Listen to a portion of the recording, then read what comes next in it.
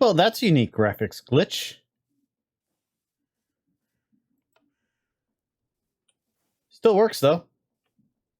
I guess once the fuel is empty, I will disassemble it. Hopefully fix it that way. Hello there. Welcome back to TerraFirmaCraft HardRock. I hope you're having a wonderful day. I think it's about time we actually got that reactor up and running. I do have a few more blocks to make, but we should definitely have the reactor done and should have the mechanism production line done. Still gotta build the turbine. That might not get done today. We'll see. Anyway, we got a lot to get into, so let's not waste any time and jump right in.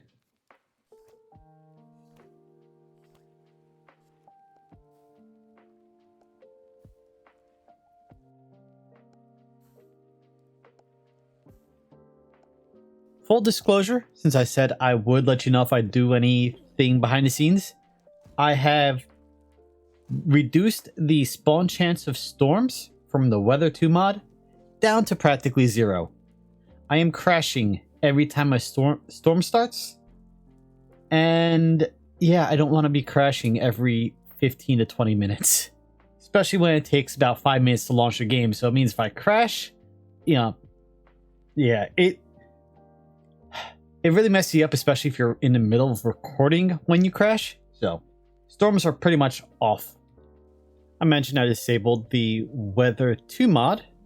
I forgot how much I liked TerraFirmaCraft Snow. It just looks so much better. And of course, the best bonus of it all, it melts on its own. So I don't have to really worry about cleaning up everything because it will go away in the spring. So let's start with the simplest one to make, and that's the reactor glass. We have some clear glass. I told you I'm going to make the 3x3x4, so we need, technically we can make 8 reactor glass, but I'm going to be replacing 2 of those with these ports. So we're only going to make 6. We need 250 millibuckets of quartz, followed by 250 millibuckets of lead, and then repeat that. So it's going to take a little bit of juggling. But what I'm going to do is I've got the quartz here. We're going to apply to all 6 of our glass. There we go. We're going to pick up our quartz, put that there, and that will empty out everything that's left in there. Pick up our molten lead now. Put that in there. We're going to apply the lead, and then we're going to empty out the lead and put the quartz back in, going back and forth.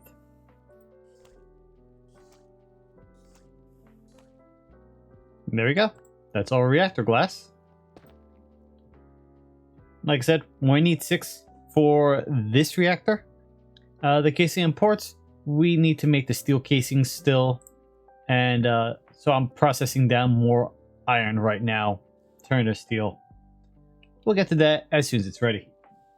By the way, bloomery is still useful when we have the arc furnace, because I can bulk do, I had 96 ingots of iron in here, and that only took me 24 charcoal, whereas in the arc furnace that would take me 96 charcoal. So yeah, it's still useful having the bloomery.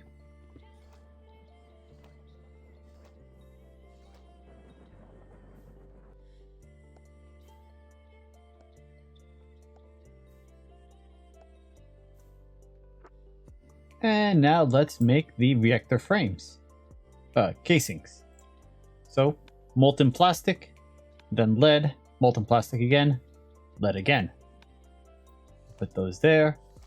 Let the molten plastic pour on. We go over here, we've got our lead sheets.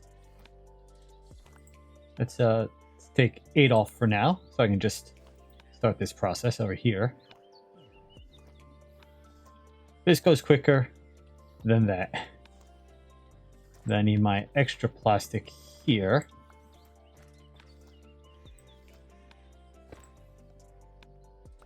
Let's do the first batch of 8. And then we'll make the rest.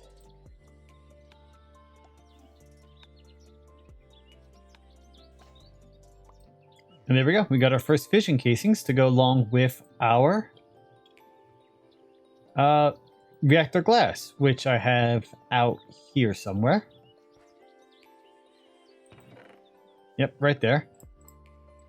So just gotta make a few more casings. Then I need to make the port, which is going to take 4 more casings. And then the assembly, I think I need, 2 fusion assemblies and then 1 controller rod. So I need to make 16 ingots of red steel. And then we can go build that reactor. We're almost ready to start that part. Okay, we are almost ready.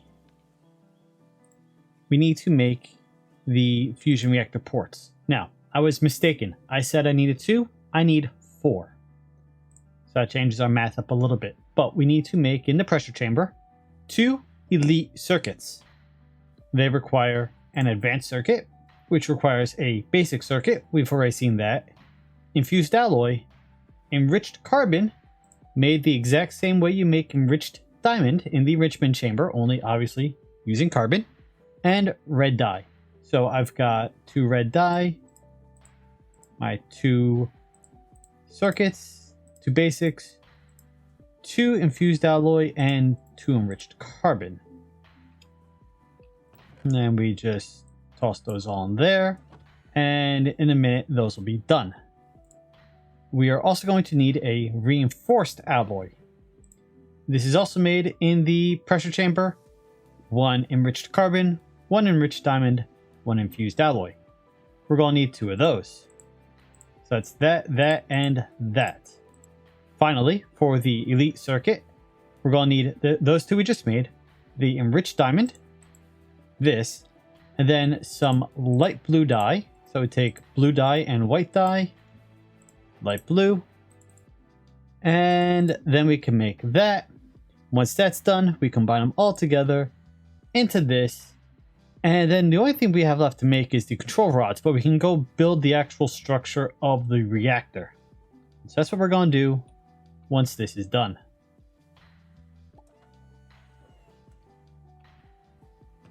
All right, so that one's done. Toss those in.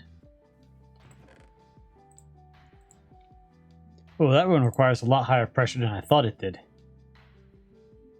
Okay, well, it's a good thing I just gave this some fuel. It's going to need a little bit more.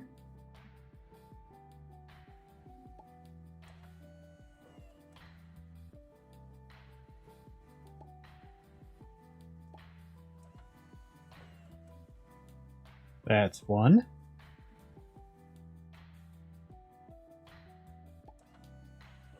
And that's 2. So those are elite circuits done.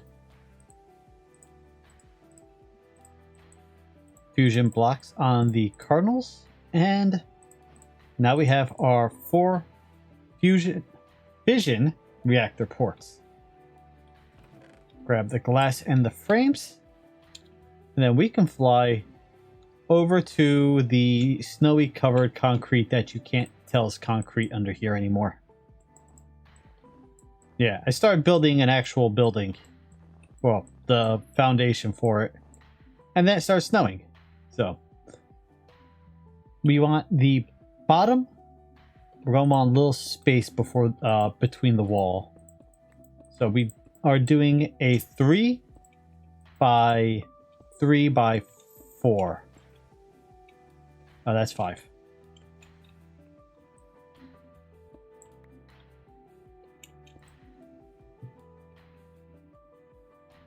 Then we're going to want our ports on the sides. They don't have to be done like this. You can do them right on top of each other. In fact, I might do one of the ports higher up so we can actually see in with the reactor glass. Do that.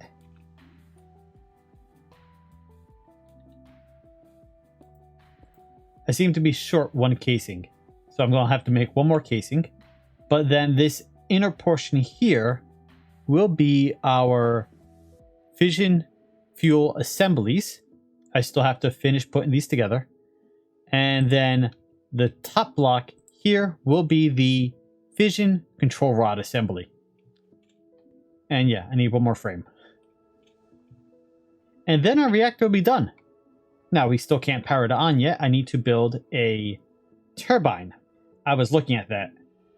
The minimum size is a 5x5x5. I'm going to need to look up all the parts we need. I do know we need saturation condensers. I forget exactly how many we need. But we're going to need these. They're not too bad except for the bucket. The bucket is the most expensive part here. Of all things, the bucket's the expensive part. Welcome to TerraFirmaCraft. Let's see. We're going to need turbine casings. Copper casing plus steel.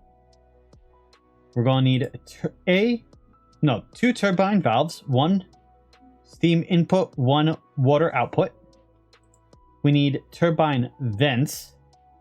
We're going to need pressure dispensers, a turbine rotor, turbine blade, obviously, a rotational complex. We're only going to need one of these. I know that. Oh, more advanced circuits. Fun. We're going to need electrolytic coils. Oh, the saturation condensator is not necessary? Okay. The saturation condensator allows you to recycle the steam back into water so you can have a mostly closed system. Alright, well, I know what I'm doing next. The new elite circuit is finishing up, and we can now make the assemblies. Can only carry one of these tanks at a time. So 6 lead, 2 steel, 1 basic chemical tank gives you a fission fuel assembly. We need 2 of those. Then I'm gonna grab this. And then we need 1 control rod assembly. That's that. And if we fly back over to our reactor, which is now covered in snow, we can build this. That's 1 of the fuel rod assemblies. That's 2 plus that.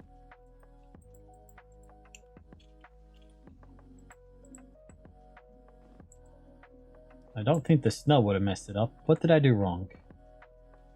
Okay, I did it dumb. I see what I did wrong here. Let's run over here. It's a good thing I have extra reactor glass. I'll explain what I did wrong in a moment. So, we built the reactor. It is 3x3x4, and inside we have 2 fuel rod assemblies, and then 1 control rod assembly. We only need 1 fuel rod, 1 control, and then we need something on top, like this piece of glass. And now we have a fusion reactor. Now I'm going to have to make a configurator so I can configure each of these. 2 need to be set to output, and 2 are for input. So you input the fuel and the water into one, and then output the steam and the waste from the other. What is that going to cost me? Not much. That's pretty easy. So that's our reactor. We can't power it yet. This does show you the temperature of the reactor currently. Obviously, you don't want to get it too hot. This will show you how much coolant, in our case water, how much fuel, how much heated coolant is in the reactor, and then how much waste. We can also make a redstone block here. Reactor casing and 4 redstone, and then be able to give it redstone logic to turn off and on at certain points. Otherwise, we could just turn it on or turn it off as need be. All right. Well, we have a nuclear reactor. We just don't have nuclear power. To power it, we need to make the fissile fuel, which requires all those mechanism bits I showed you last episode, including the isotropic centrifuge, which takes a basic tank, which I kind of wasted one just now, plus these ultimate control circuits, which is elite control circuits, plus an atomic alloy, which requires enriched obsidian, which it requires a refined obsidian ingot, which is going to require an osmium compressor. I don't think I included an osmium compressor in the list of stuff I needed because I didn't realize I needed it. Yes, we have no osmium compressor in that list, so that's another thing we're going to have to make. Well, one step at a time, I guess. Alright, we're going to do something a little different here. It's almost 1 in the morning. This video has to be out in a couple hours. So I'm going to show you this in creative, and then I'm going to spend the next week getting the resources together so I can actually build it in survival. But this is the size we're going to go with. It is the absolute smallest we can make it. It is a 5 by 5 by 5. We're going to need 25 of these casings for the bottom.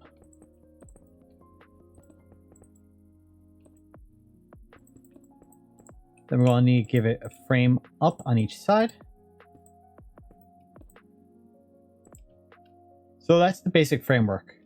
So that's 25 plus 25, so that's 50 plus 12. So we need 62 of the casings just for the frame here.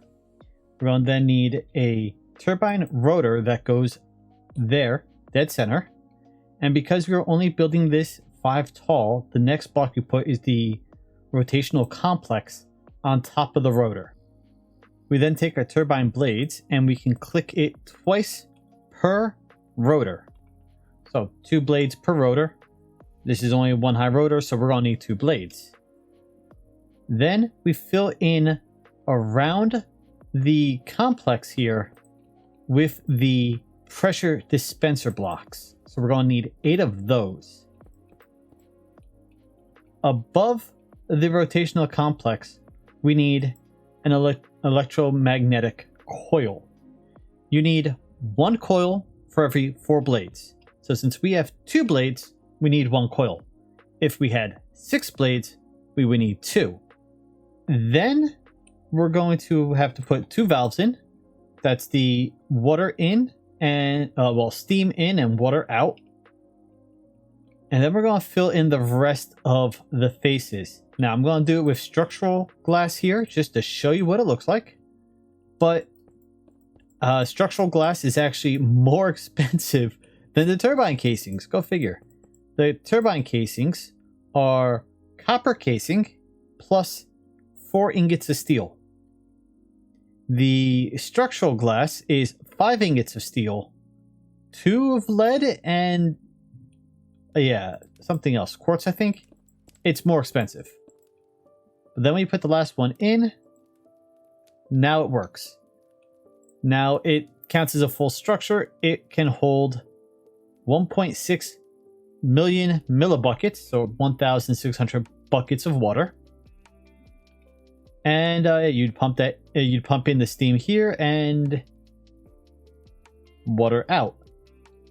You can use saturation condensers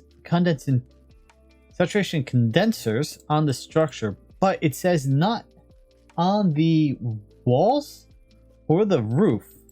I could have sworn I did it like that in my previous series, but that does not work. Was it like that then?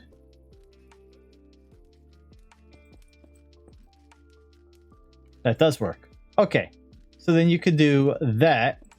Fill the inside here with the condensers, and that will allow you to turn the steam back into water to put it back into your reactor so that you have a closed system. You do that, you don't have to worry about constantly pumping the full amount of water through your reactor. We might do that. What do these cost? Right, these cost the bucket. Yeah, we'll probably do it. I gotta make a lot more steel. Again, all this glass, that's going to be steel casings also, because it's just far too expensive otherwise. So we had 62 plus 9, 9, 9, and 9. Are these the valves? What do these cost again? Those cost 4 for 2. So 9 plus 2. So 18, 20, 38 plus 62. It's 100 cases. It's 100 of the turbine cases I need to make for this structure, which is 400 steel. You see why it's not getting done before the end of this episode. And then the casings, not casings, the vents. Those cost 4 casings for 2, and we need 8. So that's another 16 casings. So now we're at 116 casings I need. And the condenser, right, that didn't cost any casings. Rotor doesn't cost any casings. The turbine doesn't, and the blades would not. Oh, electrolytic coil. That costs no casings. Okay, so I need 116 cases, turbine casings, to build this, which puts our total at probably close to 500 steel. Again, it's kind of obvious why it's not getting done today. Quick addendum. I forgot about the vents. It's the vents that we can put along here. And this should still work. Yes. You need the vents to be equal to, well, to be the most optimal setup, you need the vents to be equal to the amount of dispensers down here. So we're going to need 8 vents in addition to the 8 dispensers. And that increases the flow rate, so the water will flow through the system faster. That's the addendum. That's the correction. The vents themselves take 4 to make 2. So whatever number I said a moment ago, add another 16. It just keeps adding up. But I think I'm going to call it an end here. It is getting late. I am tired. And I also have to remember to change up how I close out my videos from now on, because I keep forgetting to thank my members. I'm going to have to put together a list to make sure I say it. But I want to say thank you to Nicholas, Pabdom the Great, Viper, and Martin. Thank you guys very much for your support. Everyone else, thank you for joining me today. I hope you've had a wonderful day, and I'll see you next time. Later.